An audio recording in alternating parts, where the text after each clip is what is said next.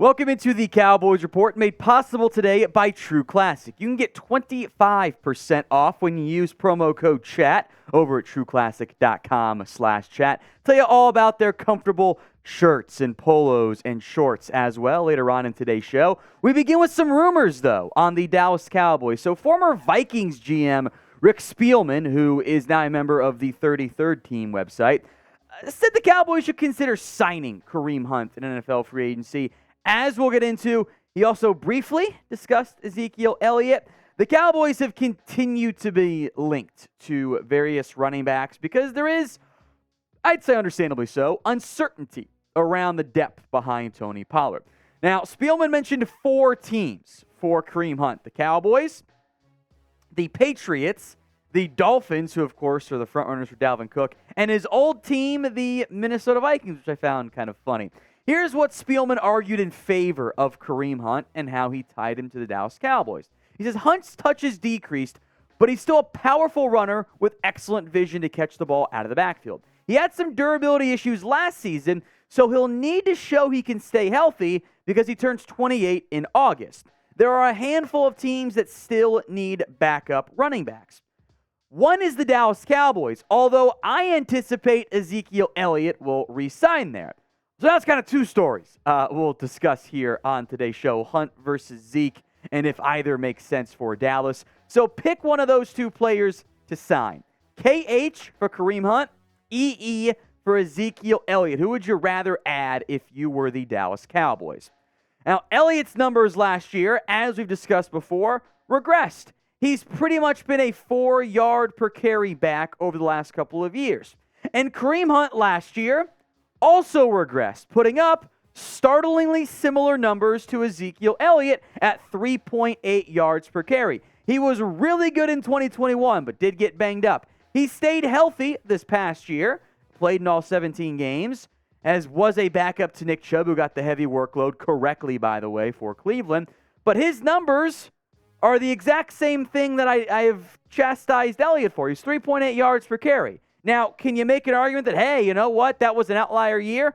Maybe. It's a 1-year sample size. It wasn't 3 years of about 4 yards per carry like Zeke's was. But I don't know how much more Hunt really has left in the tank. I'll give some more thoughts on Hunt and on Zeke here, but I want to hear from you guys first. Would you sign Kareem Hunt right now if you were the Dallas Cowboys? Y for yes, N for no. It's the pinned comment on this video, so if the ad plays here on YouTube, take advantage. Head down there and go vote, Y or N. I'm actually going to pass on both players. I didn't say you had to pick one earlier. I'm taking the way out myself. The dip in play for both guys was obvious last year. Kareem Hunt dropped off his averages by a full yard, which is disastrous production, and 3.8 is well below league average anyway. And in the end, I still want to see what my young players can do. I want to make Tony Pollard my lead back. People keep saying, Tony Pollard can handle more of a workload. Every year he's gotten a bigger workload from college to the NFL. It's 6 years now of getting a bigger workload. And every time, he produces. And don't give me the, he got hurt. It was a freak injury. That injury would have happened on carry number 1, carry number 100, carry number 200. It had nothing to do with the workload. It was he got bent up weird. That's not a durability thing. That's just a bad luck thing. He's been pretty healthy for the most part over the course of his career. I want to give him a bigger workload this upcoming season, and I want to see what Deuce Vaughn, Ronald Jones, Malik Davis, Rico Dowdle, Hunter Lipke can end up being for this Cowboys team. So I say pass on Hunt and Zeke. At least for now, we can always revisit during training camp. Some of those true classic tees here for a second. I'm wearing one of their polos right now because they're comfortable. And I'm a big believer in look good, feel good, and play good. And especially in the summer, long days, warm nights, hot all throughout. You can always have fun. Maybe I got a barbecue planned for 4th of July or throughout the summer. It's the perfect time of the year to wear true classic tees and shorts. They've got quick dry active shorts. They're a must for your summer workouts. They've also got the more chino shorts. They're my personal favorite. 2 different lengths, 7.5 inches, 9.5 inches, a range of colors. I actually got some True Classic for both my dad and my father-in-law. Father-in-law always told me how much he loved the True Classic shorts. Whatever you choose, you can't go wrong with True Classic. Their clothing is designed to be versatile and work for your lifestyle, so you can look and feel your best from morning to night. They have a 100% risk-free guarantee and easy returns, and we do love a good guarantee around here. So if you're ready to upgrade your look and your wardrobe, get 25% off at trueclassic.com/chat when you use promo code chat. Look your best, feel your best, and be your best with True Classic. Links in the comments section and the description of today's show.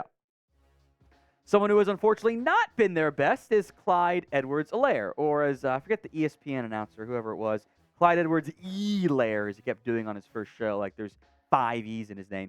But CEH has been listed by Bleacher Report as a trade candidate for the Chiefs this offseason, which always means the Cowboys end up getting linked somehow. He is a former first-rounder. I think there is talent for Edwards-Helaire. The issue is a player who is hyped as the next Brian Westbrook, unfortunately, has been anything but so far in Kansas City. Despite being around a really good supporting cast, Mahomes, etc., Edwards-Helaire has been outplayed by others like Isaiah Pacheco, for example, in Kansas City. Frankly, given the draft capital invested in Clyde Edwards-Helaire, CEH has been a bust. There's no way around it as someone who has him on their dynasty team. He showed a lot of promise in his first season. 181 carries, 803 yards. You're like, okay, this guy can be a piece. The issue is, over the next 2 years combined, the yardage, not quite, but is almost identical in 20 games played. He's missed time. He's been banged up. The idea of KC shopping Edwards-Helaire does make some sense because they found a piece clearly in Isaiah Pacheco. They've been able to get other play out of backs. Jerick McKinnon is back. They added LaMichael Pirine. They signed an Eric Prince. If one of those young guys impress, Edwards-Helaire right now is like, RB, potentially RB3. If he becomes RB4, he could be moved. Now, in the event he's traded, it's not going to be expensive. Remember, running backs don't get traded for very much these days. Yeah, DeAndre Swift went for a 4th. 2 years from now, that's basically a 6th-round pick. And Edwards-Helaire has been far more productive than Swift, or far less productive, than Swift has been over the course of his NFL career. So I want you guys now to put your trade ideas in the comments section. Have some fun. They can make them realistic offers if the player themselves maybe isn't the most realistic. So if you're trading for Aaron Donald, got to give up a lot. Have some fun. Drop your trade ideas in the comment section. More trades here, as Bleacher Report named 3 trade candidates for the Cowboys. Johnathan Hankins, Jordan Lewis, and Dorrance Armstrong. We've talked about Lewis and Armstrong as trade chips in the past. Lewis's injury makes that unlikely. Armstrong, maybe makes some sense there. We've discussed that before. If you've missed it, then, make sure you're subscribed so you don't miss out on any of our videos here at the Cowboys Report. We can revisit more of trade stuff for those 2 guys in the future. So make sure you guys are subbed. Free videos when you hit that big red button or the black and white button right now. Let's go in depth then on Hankins' standpoint, since we haven't really talked about him as a trade candidate. The argument was based upon, what if Mozzie Smith emerges as an instant impact piece along the defensive line, to which I say, good. That's a positive outcome for the Dallas Cowboys.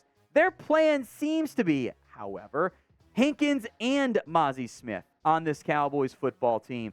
They had pitched an argument, Bleacher Report did, of you can save about $1 million and get a 7th-round pick back for Hankins who can go start somewhere else. And my mindset is, well, if all I'm getting is a 7th-rounder, is that really worthwhile for me? Here's the other part of the pitch from Bleacher Report. While Hankins is 31 years old, hasn't played a full year since 2020, he's still a valuable player who could start for a team with less depth along the defensive front. A lot hinges on Smith's development, but if he's ready to go, Hankins would be a logical trade candidate. I actually don't know if I agree with that last part. If Mozzie Smith is good to go, awesome, great outcome. The Cowboys brought Hankins in part to be a mentor, kept Hankins along with Smith, in part to be a mentor for him. They want him to be that veteran leader. Hankins is not going to be a 40-snap-a-night game guy. But the Cowboys, I hope, learned their lesson last year. Don't just cut your number 2 defensive tackle who's your run stopper. The way that Hankins gets dealt, I believe, is if Quinton Bohanna emerges, which I have low expectations for that. There was a clear difference when Hankins was out there on the football field versus when Bohanna was as the team's go-to run stopper. Hankins did not play that much for Dallas.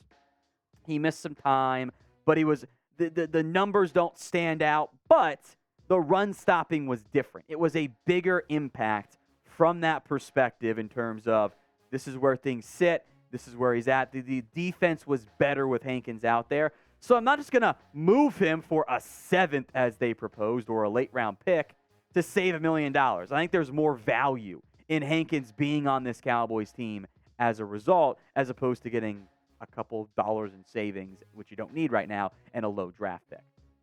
If you guys made it to the end of today's video, thank you. You are all real ones. Show me you did by typing DC for L in the comment section right now.